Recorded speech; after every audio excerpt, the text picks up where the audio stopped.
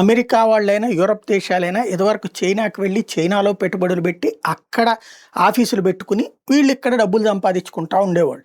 ఓ రకంగా తయారీ అంతా అక్కడ జరిగితే అమెరికా, యూరప్ దేశాల్లో అమ్మకాలు అంటే లైక్ షోరూముల లెక్కన నడుపుకుంటూ ఉండేవాళ్ళు. అయితే దానివలన ఉద్యోగోపాధి అవకాశాలన్నీ చైనాకి పరిమితమై అమెరికా, యూరప్ దేశాలకు కరువు అవ్వటం, దాంతో అక్కడ ఎదురవుతున్నటువంటి చిక్కులని గమనించినటువంటి ట్రంప్ అందరినీ ఎలర్ట్ చేయడం, దాంతో పాటుగా తను అక్కడ ఇతర దేశాల వాళ్ళని కంట్రోల్ చేస్తూ నిర్ణయాలు తీసుకోవడం ఇదంతా జరుగుతుంటే, ఇప్పుడు భారతదేశం ఈ పరిస్థితిని క్యాష్ చేసుకుంది. చైనా మీద వ్యతిరేకతతో ఉన్నటువంటి అమెరికా, యూరప్ దేశాలని వాళ్ళ పారిశ్రామికవేత్తల్ని మన దేశంలో పెట్టుబడులు పెట్టమంటోంది.